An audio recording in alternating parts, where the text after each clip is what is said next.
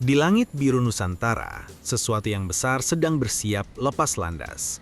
Bukan Hercules, bukan lagi burung tua yang selama puluhan tahun setia membawa logistik dari Sabang sampai Merauke. Tapi kini, datang makhluk baru. Sebuah raksasa besi bernama Airbus A400M Atlas, pesawat kargo multirol dari Eropa yang digadang-gadang akan menggantikan sang legenda Hercules di jajaran TNI Angkatan Udara.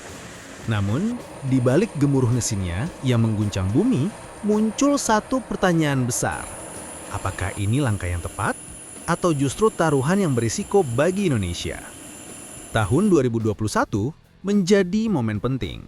Di tengah kesibukan geopolitik dan modernisasi alutsista, Kementerian Pertahanan Republik Indonesia diam-diam menandatangani kontrak besar dengan Airbus Defence and Space. Bukan untuk jet tempur, bukan untuk radar atau rudal, tapi untuk 2 unit Airbus A400M Atlas, pesawat tanker dan transport multirole dari Eropa yang digadang-gadang akan menggantikan sang legenda, Hercules di jajaran TNI Angkatan Udara. Dan kini, di tahun 2025, pesawat pertama untuk TNI AU telah keluar dari hanggar cat dan memasuki tahap uji terbang akhir. Dalam waktu dekat, sang monster langit akan meluncur dengan lambang merah putih di kedua sayapnya, simbol ambisi Indonesia untuk menembus batas baru di langit. Tapi, apa sebenarnya A400M itu? Bayangkan, sebuah pesawat yang mampu mengangkut 37 ton kargo, menempuh jarak lebih dari 3.000 km tanpa henti, dan bahkan bisa mengisi bahan bakar pesawat tempur di udara.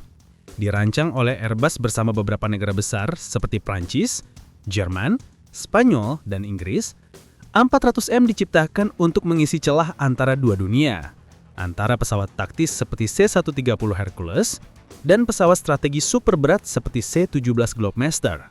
Ia bisa mengangkut kendaraan lapis baja, truk logistik, helikopter ringan, bahkan peralatan medis skala besar, semua dalam satu penerbangan.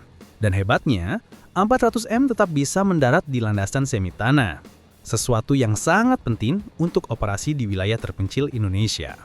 Namun, sebelum bicara lebih jauh tentang masa depan, kita tidak bisa melupakan masa lalu. Hercules, sang legenda, telah menjadi tulang punggung udara Indonesia sejak tahun 1960-an. Dari mengangkut bantuan kemanusiaan saat tsunami Aceh, hingga menjalankan operasi militer di perbatasan Papua, Hercules selalu ada. Ia sederhana, tangguh, dan bisa diandalkan. Tapi waktu tak bisa ditipu. Meski Indonesia sudah membeli versi modern, C-130J Super Hercules, kemampuan pesawat itu tetap terbatas oleh ukuran dan daya angkutnya. Inilah alasan mengapa TNI AU kini menatap ke arah Eropa, mencari sesuatu yang lebih besar, lebih cepat, dan lebih kuat. Sekarang, mari kita lihat duel sesungguhnya. A400M versus Hercules. Dalam hal daya angkut, Hercules mampu membawa sekitar 20 ton muatan. A400M hampir 2 kali lipatnya, 37 ton penuh. Dalam hal kecepatan dan jangkauan, A400M jauh unggul, mampu menjangkau seluruh Indonesia dalam sekali penerbangan tanpa henti. Dan dari sisi kapasitas ruang kargo, perbedaan makin mencolok. A400M bisa memuat kendaraan lapis baja, helikopter kecil, atau kontainer besar. Sesuatu yang mustahil dilakukan Hercules. Tapi jangan salah, keunggulan besar datang bersama konsekuensi besar. A400M membutuhkan landasan yang lebih panjang dan fasilitas yang lebih modern. Tidak semua pangkalan udara di Indonesia siap menyambutnya. Lalu apa yang membuat Indonesia begitu tertarik? Jawabannya ada pada geografi dan strategi. Indonesia adalah negara kepulauan terbesar di dunia. Lebih dari 17.000 pulau yang tersebar dari Aceh sampai Papua. Logistik udara bukan sekedar fasilitas, tapi kebutuhan vital. Dalam situasi darurat, seperti gempa atau banjir besar, A400M bisa menjadi jembatan kehidupan. Ia mampu mengangkut kendaraan berat, bahan makanan, hingga rumah sakit lapangan langsung ke wilayah terdampak. Dan di luar misi kemanusiaan, pesawat ini juga memberi Indonesia kemampuan proyeksi kekuatan yang lebih luas, mengirim pasukan atau peralatan ke luar negeri, serta berpartisipasi dalam misi internasional dan latihan bersama dengan negara lain. Namun di balik semua kehebatan itu, ada tagihan tersembunyi yang tidak kecil.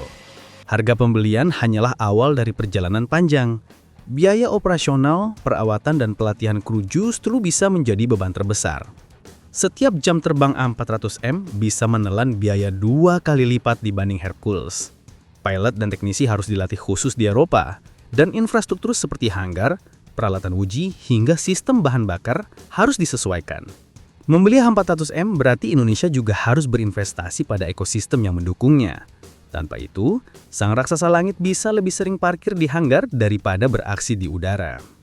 Dari sisi politik dan diplomasi, keputusan ini juga punya makna besar. Dengan memilih Airbus, Indonesia menunjukkan arah politik luar negeri yang bebas aktif. Tidak hanya bergantung pada Amerika Serikat, tapi juga membangun hubungan strategis dengan Eropa.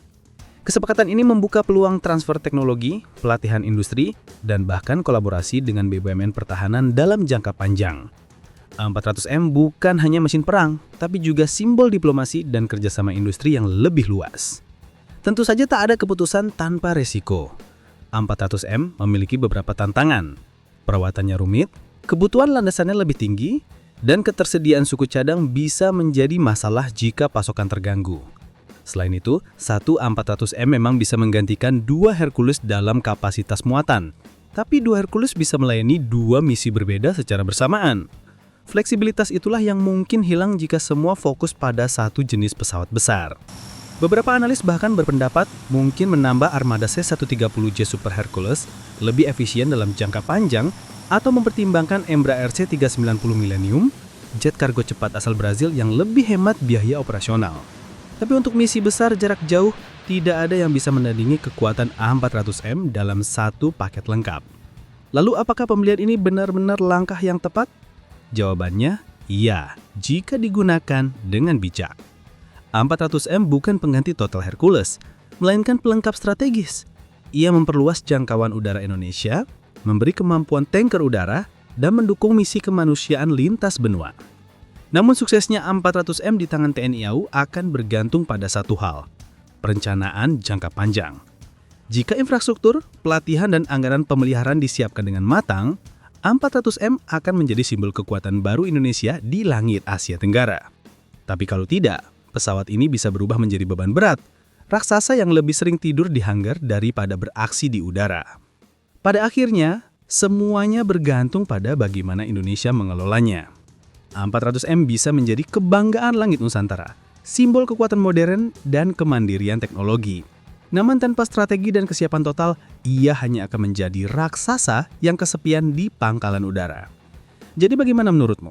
Apakah keputusan TNI AU membeli A400M ini adalah langkah berani yang visioner atau taruhan yang terlalu besar bagi Indonesia? Tulis pendapatmu di kolom komentar, jangan lupa klik like, subscribe, dan aktifkan lonceng notifikasi.